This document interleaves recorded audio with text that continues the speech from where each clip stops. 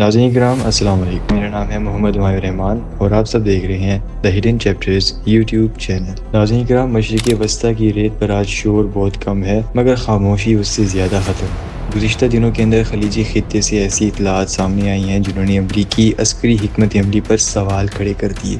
Reports کے مطابق امریکہ بعض حساس مقامات سے لاجسٹک کا سامان اور نان کمبیٹ اہلکاروں کو منتقل کر رہے ہیں۔ سوال یہ نہیں کہ کیا ہو رہا ہے، اصل سوال یہ ہے کہ یہ سب کیوں ہو رہا ہے۔ آئیے سمجھتے ہیں سارے قصے کو ڈیٹیل کے اندر اور آتے ہیں باب اول کی طرف، جو کہ ہے الفتح، جو کہ محض میزائل نہیں بلکہ پیغام بھی ہے۔ ایران کا جدید ہائپرسونک میزائل جو کہ ہے فتح میزائل، ایران کے مطابق یہ میزائل میک 13 سے میک 15 کی رفتار پر بہت ہی آسانی کے ساتھ جا سکتا ہے۔ اس کی رینج ہے تقریباً 1400 کلومیٹر اور اس کی سب سے اہم صلاحیت ہے مڈ کورس مینیورنگ، یعنی کہ فضا کے اندر راستہ بدلنے کی اہلیت۔ اس کا مقصد ہے ایئر ڈیفنس سسٹم کو ناکام بنانا اور دشمن کی بیس کے اندر جا کر تباہی کرنا۔ یہ کوئی معمولی تکنیکی دعویٰ نہیں ہے بلکہ یہ ہائپرسونک میزائلوں کا اصل خطرناک چہرہ ہے، جو کہ ہے غیر متوقع راستہ، یعنی کہ ریڈار دیکھتا رہ جائے گا اور میزائل اپنا فیصلہ خود ہی کر کے ساری تباہی کر دے گا، اور جتنے وقت میں یہ میزائل تباہی کرے گا اتنی دیر میں دشمن کو ذرا سا بھی وقت نہیں ملے گا کہ وہ تھوڑا سا بھی ریئیکٹ کر سکے۔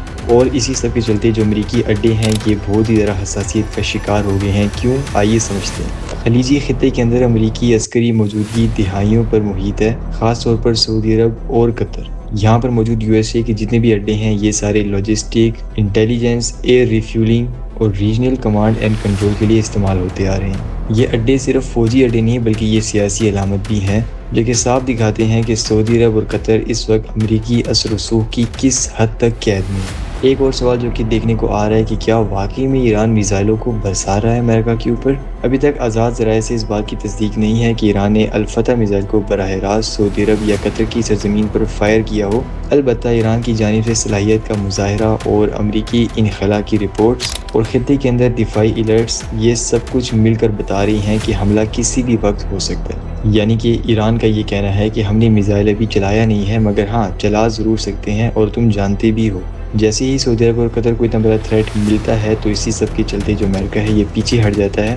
یہ سوال جذباتی نہیں بلکہ اسٹریٹجک ہے، اور وہ یہ کہ جو ایران اسرائیل کا ایکسس ہے اس سب کے اندر جو امریکہ کی اولین ترجیح ہے وہ ہے اسرائیل۔ اگر آپ میری ویڈیوز اس سے پہلے دیکھتے آ رہے ہیں تو آپ سے میں نے عرض کیا تھا کہ امریکہ اور سعودی عرب کے درمیان معاہدہ ہوا ہے $1.2 ٹریلین کا، جس کے اندر سعودی عرب یو ایس اے کو تیل بیچے گا اور یو ایس اے جو ہوگا وہ سعودی عرب کی پروٹیکشن کرے گا۔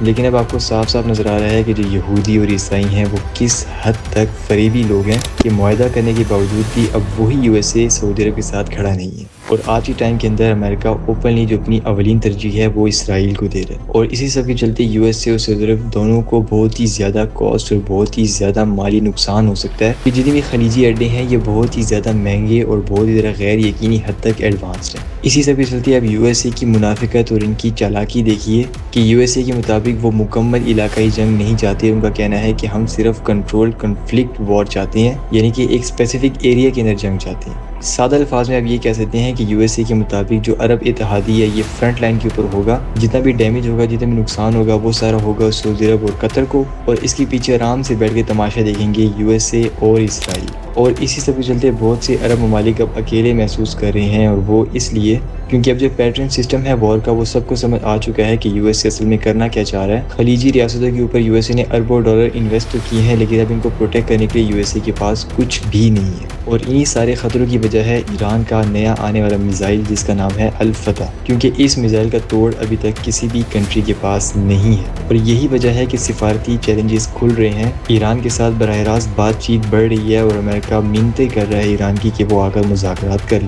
لیکن ابھی ڈیمیج ہے وہ تو ہو چکا ہے، لہٰذا جنگ تو ہو کر رہے گی۔ لیکن ایک اور چیز جو کہ آپ کو دیکھنی چاہیے وہ یہ ہے کہ یہ بیسیکلی جنگ نہیں، یہ نقشہ بدلنے کی بھی چال۔ ایران کی حکمت عملی واضح ہے کہ وہ براہ راست جنگ نہیں مگر اسٹریٹجک پریشر ضرور چاہتا ہے، یعنی کہ میزائل کم لیکن پیغام زیادہ، کیونکہ الفتح میزائل اس وقت فائرنگ سے زیادہ فیئر آرکیٹیکچر پروڈیوس کر رہا ہے، اور اس نے اس وقت جتنے بھی ایران کے اگینسٹ نیشنز کھڑے ہیں ان کو ڈرا کے رکھا ہوا ہے۔ ناظرین کرام، یہ کہانی صرف ایک میزائل کی نہیں ہے، یہ کہانی اعتماد کے ٹوٹنے کی ہے۔ وہ امریکہ جو کہ کل تک سعودی عرب کے ساتھ کھڑا تھا، اس کے لیے جان نشاور کرنے کی باتیں کرتا تھا، آج وہی امریکہ پیچھے ہٹ گیا۔ جتنے بھی عرب ممالک ہیں وہ سارے ڈرے ہوئے ہیں اور نئی صف بندیوں کے لیے سوچ رہے ہیں۔ ایران خود کو ریجنل پاور بروکر کے طور پر پیش کر رہا ہے، اور دنیا وہ سنیما اسکرین کے اوپر سب کچھ دیکھ رہی ہے، لیکن اس سے بڑی جو اصل تبدیلی ہے وہ ہو رہی ہے سفارتی کمروں کے اندر۔ ناظرین کرام، جنگ کبھی بھی اعلان سے شروع نہیں ہوتی ہے، وہ اس دن سے شروع ہوتی ہے جب اتحادی تنہا محسوس کرنے لگتے ہیں۔ آپ کو آج کی ویڈیو کیسی لگی مجھے یقینی رہ کر کمنٹ سیکشن میں لازمی کیجیے گا۔